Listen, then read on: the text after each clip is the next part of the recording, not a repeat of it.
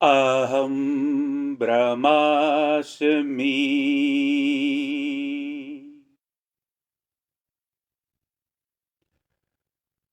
अहं ब्रह्मास्मि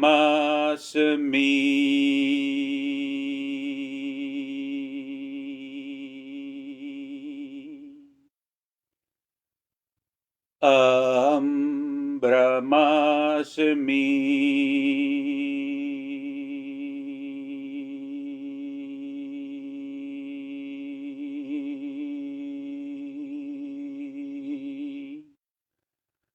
अहं ब्रह्मास्मि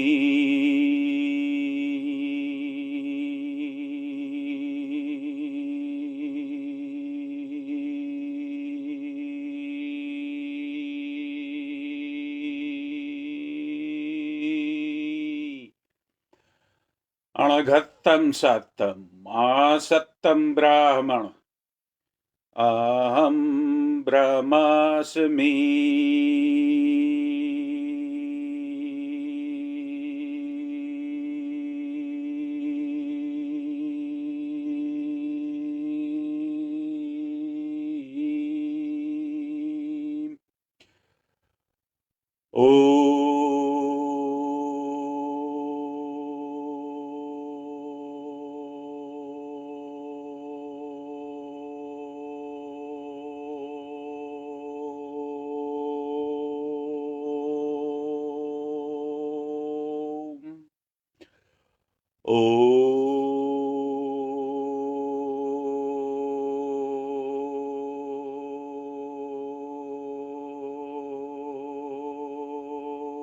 शिवा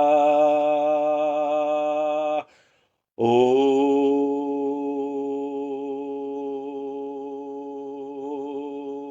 शान्ति ॐ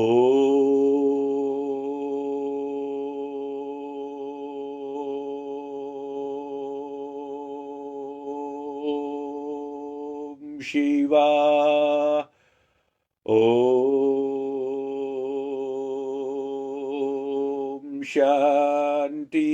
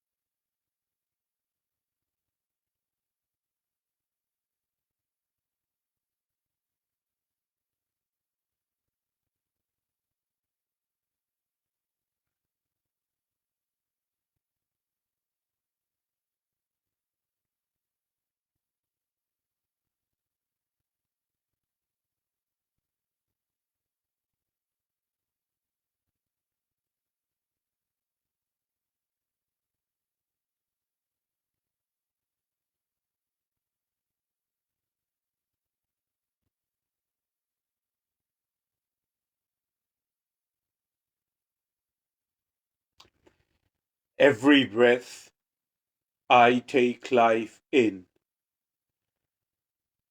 Every exhale, the life goes out.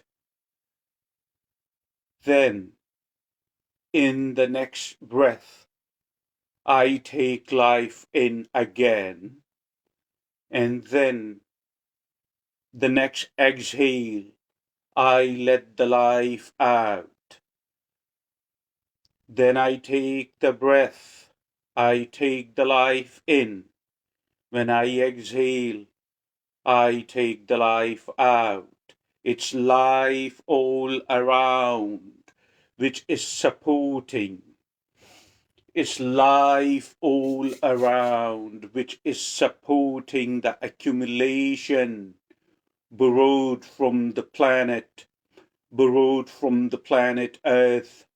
This accumulation, the body, is the manifestation of the energy we understand as life.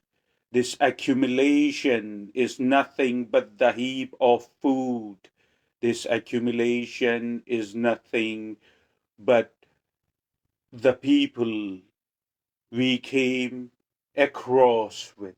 This accumulation is nothing but the result of climate. This accumulation is nothing but the result of atmosphere. This accumulation is nothing but the result of this accumulation came across with other accumulations.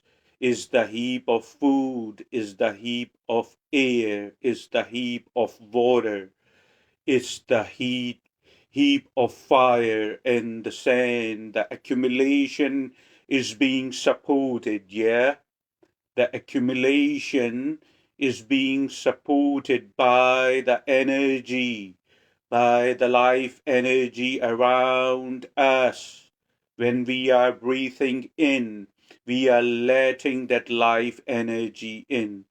When we are breathing out, we are letting the life energy out. This is a constant process to support the accumulation. Life has the upper hand. Life decides when to move on. Life decides when to further progress. Life has the upper hand, not the mind, which is the heap of impressions in the memory, or not the accumulation of food and the climate, but life itself as energy would decide. It's life which progresses on. It's life which moves on. Life has an intelligent system of its own which surpasses the accumulation of impressions, what we understand as mind, or the accumulation of food and climate. Life has that intelligent system which surpasses and overpasses, which supersedes the most intelligent life as energy. However, life is not our fundamental or essential state. However, life is not our fundamental and essential state. Have you heard the term given birth? Life is being given birth by what we essentially are.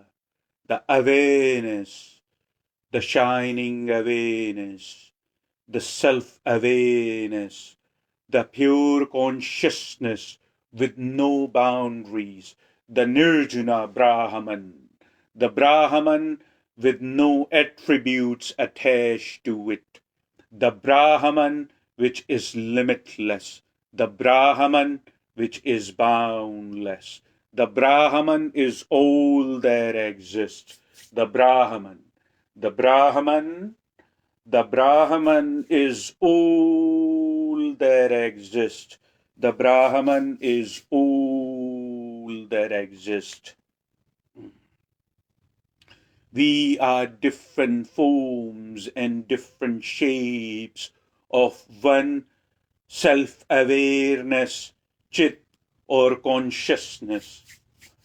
The Brahman is all there is, manifesting in different shape and different forms. As far as I know, there is only one being. As far as I know, there is only one being, and you are that being, and I am that being. You and I, what we essentially are, is the same. You and I, what we essentially are, is the same. The Brahman manifesting in different forms and different shapes, the Nama Rupa, the different forms and different shape. That's the term we use in Sanskrit. That's the term we use in Sanskrit. Nama Rupa. Brahman is trying to know itself. Brahman is trying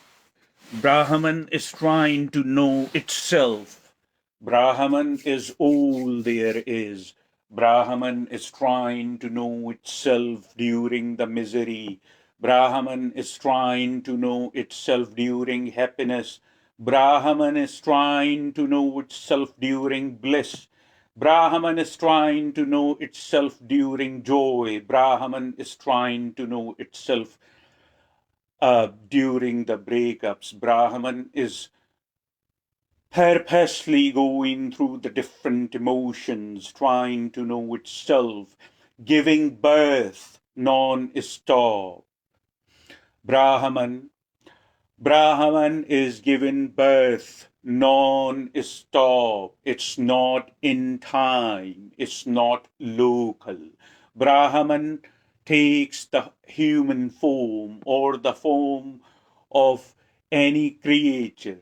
Brahman takes the human form or the form of any creature just to experience time. When Brahman manifests itself in the physical form, there is time.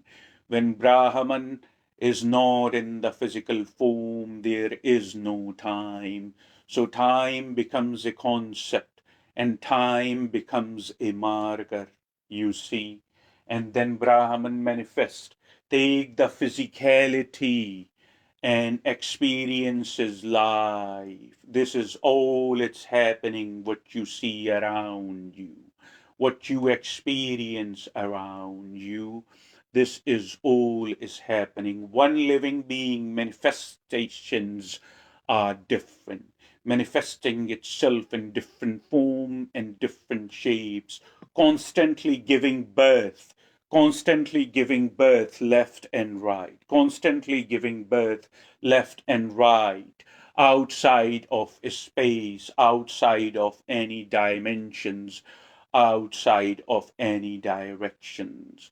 When I go in a profound state of samadhi, mm, mm, when I go in a profound state of samadhi, I lose the sense of physicality. I lose the sense of any type of directions or dimension. The only sense which remains in the end, and there I am telling you through my own experience, the only sense which remains in the end is the sense of self-awareness, is the sense of pure consciousness, and is Sat Chit Ananda. If you have heard that Sanskrit term before in your life, is Sat Chit Ananda. It's bliss. You see, Chit is consciousness, is the consciousness, is the sense of self-awareness, is basically, is the consciousness, is the sense of self-awareness, and is bliss. If you understand consciousness, the sense of self-awareness, its bliss, is the Brahman, which is manifesting itself in different shapes, in different form. But when it is out of physicality, it is nothing but the bliss. When it is out of time, it is nothing but the bliss. When it is out of directions, when it is out of directions, it is nothing but the bliss. That's the fundamental state that Lord Buddha referred as nirvana.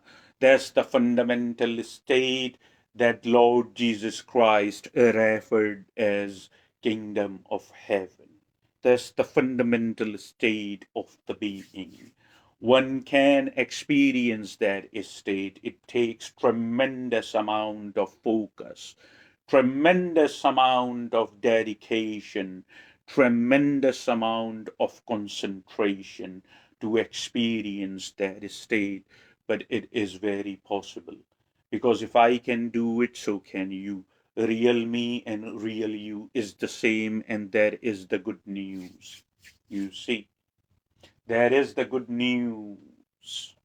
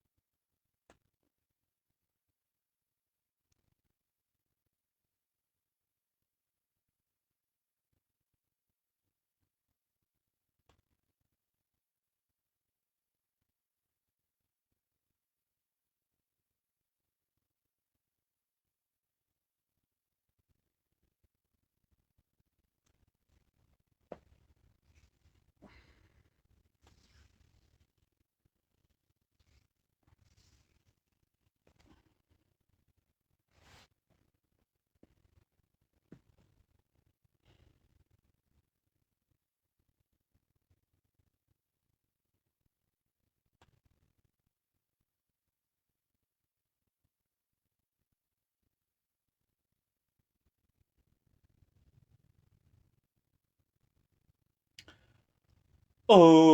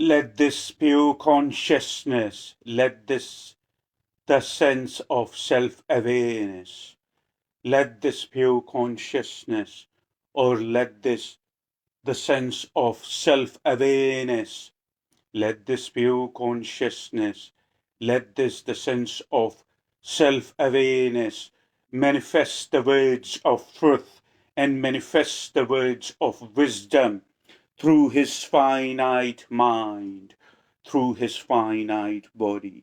Let the pure consciousness or the sense of self-awareness manifest the words of truth and manifest the words of wisdom through her finite mind or through her finite body. Let the sense of pure consciousness, let the sense of self-awareness manifest the words of truth and wisdom through this being.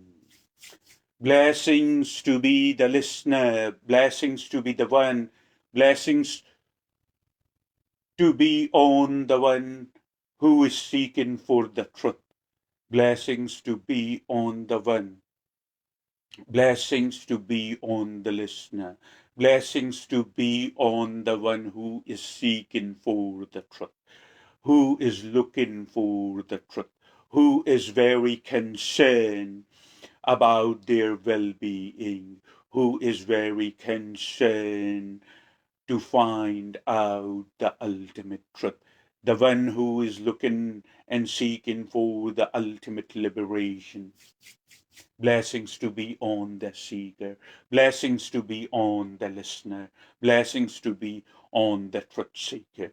And let this pure consciousness or the sense of self-awareness manifest the words of truth and wisdom for the one who is seeking for it.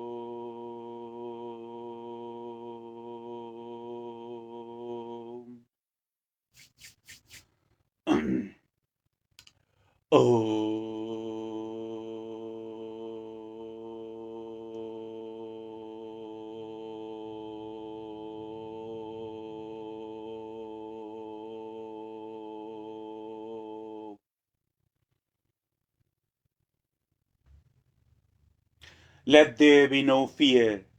Let there be no doubt in ourselves. Let there be no friction in us. Anytime we have friction, unfortunately, in our awareness, anytime we have contradiction, anytime we have a duality in our awareness, is not from sacred. The only way to get rid of that is to transcend it. Do not bring your awareness, what you essentially are, or pure consciousness voluntarily, on the duality, on the contradiction, on the friction. That's the nature of the mind. It can be very powerful and can show you visions, imagination. Once you come as a human form, you cannot now evolve unconsciously. You have no choice but to evolve consciously.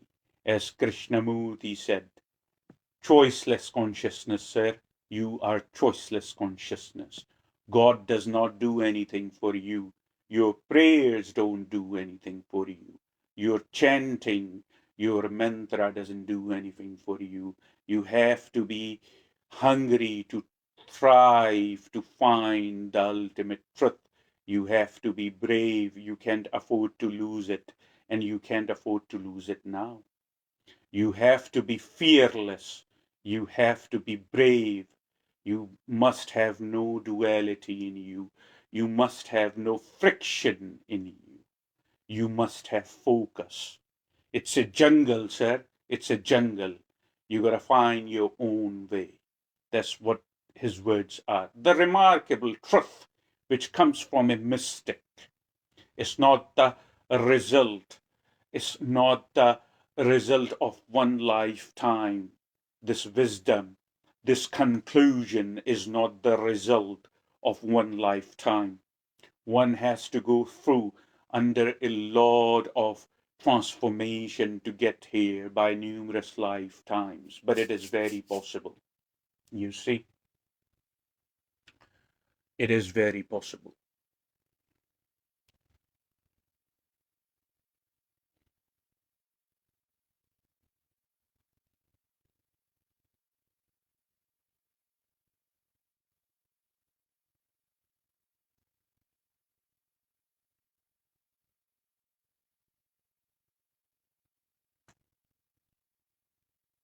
Become alert enough. Become alert enough. Become so alert. Have tremendous focus. Become alert enough. Become so alert. Have so tremendous focus. Then you can see the movement of the thought. You can see whether you need this thought or you don't need this thought. You can see if this thought is creating duality in you. This is how much you gotta be alert enough. This is how much you have to focus. You see, focus on nothing. Zero out the objects, everything. You see, focus around you. Journal focus, focus without any dimension, focus without any direction, just a journal focus. Everything is inclusive in that focus. You do not exclusively focus on something, you include everything. You see, maintain that focus during the day for some time. It is very difficult.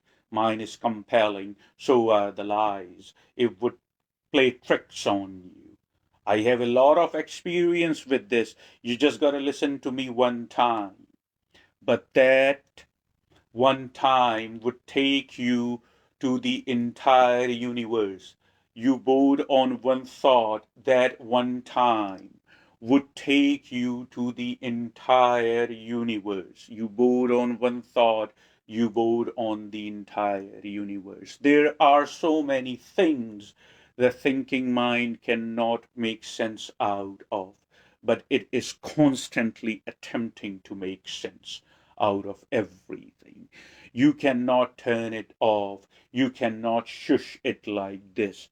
The only thing you can do, you can create a distance between yourself or the mind of entire humanity. You remember when I used the metaphor of rubber band ball? Do you remember when I used the metaphor of rubber band ball? The metaphor of rubber band ball tells you you start with one rubber band and then you wrap the rubber bands over rubber bands. And what happens in the end? You form a rubber band ball.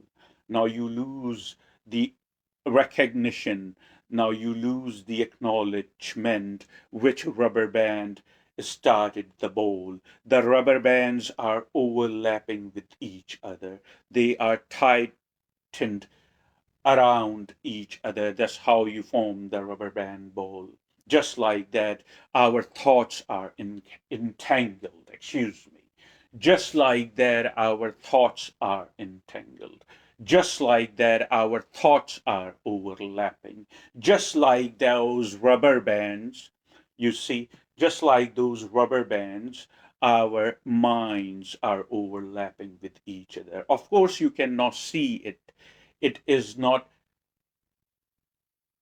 tangible.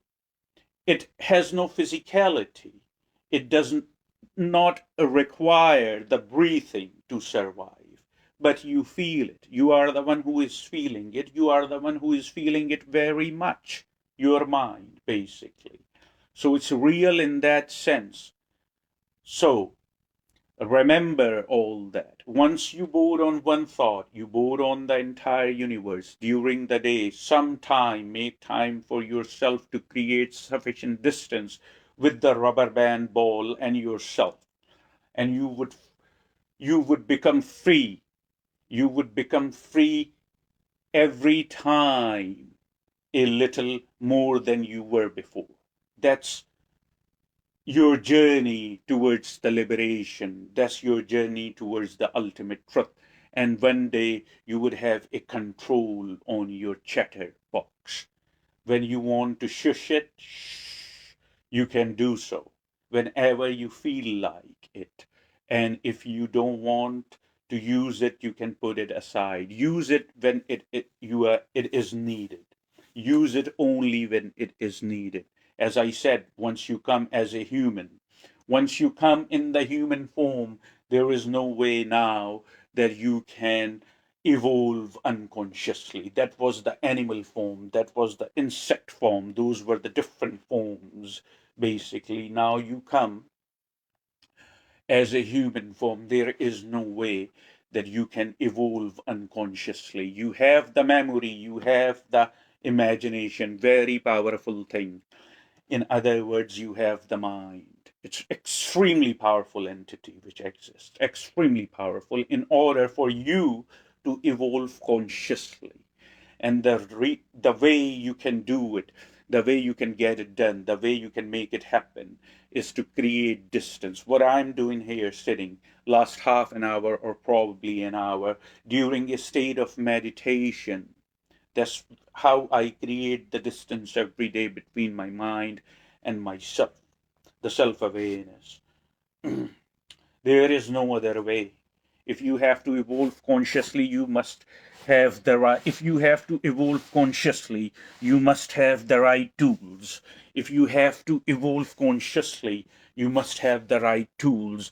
You must have the right equipments if you have to evolve consciously.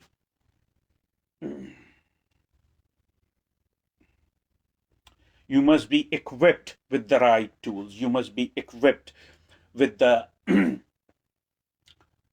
right type of weapons to defend yourself. Otherwise, mind, which is a very powerful entity, would take over and it would mess everything up. So remember the metaphor I used. Remember the metaphor I used of the rubber band ball, that how the rubber bands are overlapped with each other. That's how our thoughts, that's how our minds are entangled. If we do not create the distance by through the dedication towards the Kriya Yoga, if we do not create the distance through the dedication towards the dedication to the Kriya Yoga and towards the dedication to the Kriya practice. If we, the only way we can achieve it by dedicating ourselves towards the Kriya Yoga and Kriya meditation.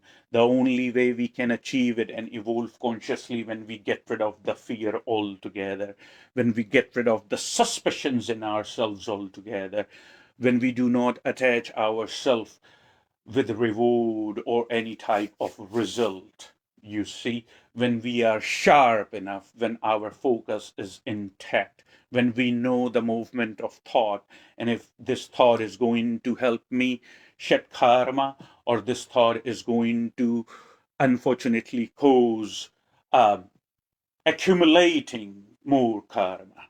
You see, alertness, focus in no direction, focus in no dimension is a must, is a must. We cannot achieve mukti. We cannot achieve ultimate liberation. We cannot achieve ultimate freedom, the kingdom of heaven or nirvana, unless we are fearless.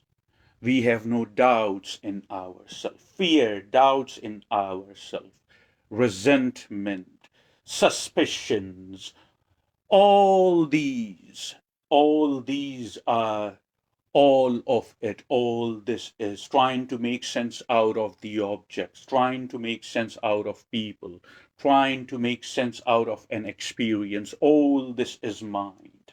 Always in action, never getting tired, does not require the breathing. You cannot silence the mind. You see, this is silent. You cannot silence the mind, but you can create sufficient distance between yourself and the mind. You can have that control on it. You can have that control if it is compelling you to.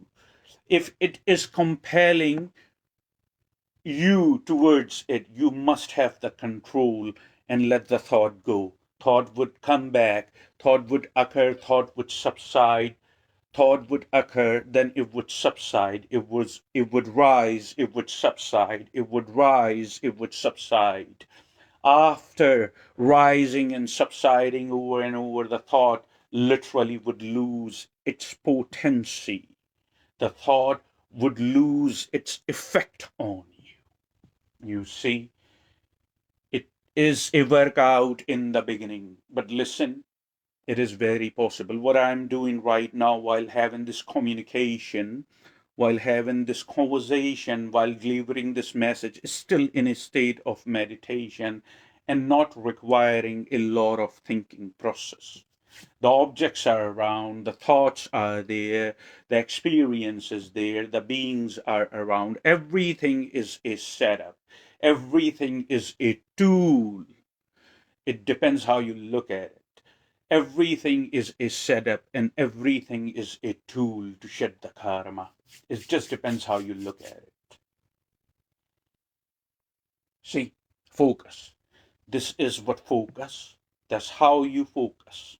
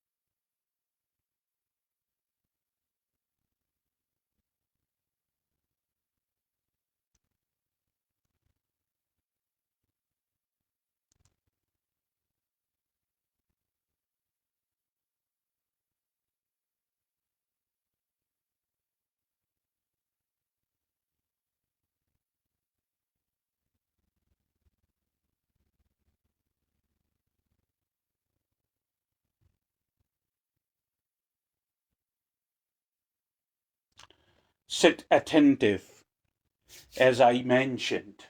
Sit attentive as I am sitting, with your backbone and with your spine erect.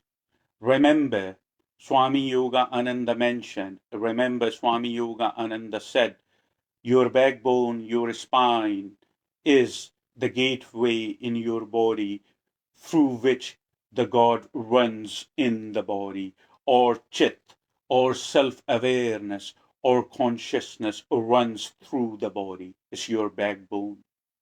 So have your spine erect. Zero in. Have you heard the term zero in? Zero in to gently to your breathing. And remember, do not have a dialogue in your mind. You can still remember without having a dialogue in your mind. Do not have a dialogue in your mind, but remember that you are zeroing in, basically. You are zeroing in your your breathing. That's where your focus. You are shifting gently your focus towards your breathing while you sit attentive like this. You are taking the life in.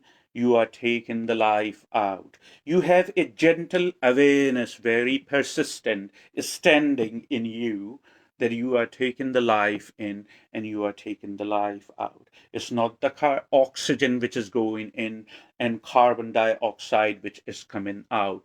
Human existed thousands and thousands of years before they came up with the term of oxygen and carbon dioxide. Were you not breathing that time? These are just the markers. Do not invest your awareness that these terms have any meanings. It's the life you are breathing in and it's the life you are breathing out. You sit attentive and you gently, you see, you gently become aware. You zero, you see, you zero in to your breathing process gently while you are sitting. As you are sitting, your focus is everywhere. Your focus is without any direction. Your focus is without any dimension. You have a focus. You have a journal focus. It's everywhere. You are not exclusively paying attention to something. You are total inclusive. Exactly. You are total inclusive in accord with the nature of very life. Life is happening all inclusive.